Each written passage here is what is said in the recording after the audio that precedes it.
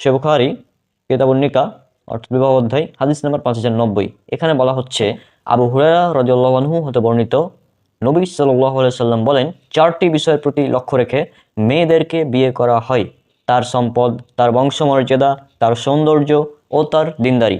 সুতরাং তুমি দিনদারিকেই প্রাধান্য দেবে, নতুবা তুমি ক্ষতিগ্রস্ত হবে।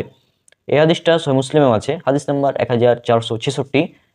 তো এই হাদিসের আলোকে সাধারণ মানুষ যারা, তারা মনে করে মেয়েদেরকে বিয়ে করার সময় 4টি গুণ দেখতে হয়: তার বংশমর্যাদা দেখতে হয়, তার সম্পদ দেখতে হয়, তার সৌন্দর্যও দেখতে হয়, তার দিনদারিতাও দেখতে হয়। এটা সাধারণত মানুষ বুঝে, কিন্তু না, এই হাদিসে বোঝানো হয়েছে কি? এই হাদিস দ্বারা বোঝানো হয়েছে যে মানুষে বিয়ে করে 4টি গুণ দেখে, হ্যাঁ মানুষে করে, কিন্তু তোমরা করবা দিনদারিতা দেখে। মানে মানুষে দেখে যে মেয়েদের 4টি গুণ দেখে, কিন্তু তোমরা দিনদারিকে প্রাধান্য দেবে। অর্থাৎ আমাদের দেখতে হবে দিনদারিতা।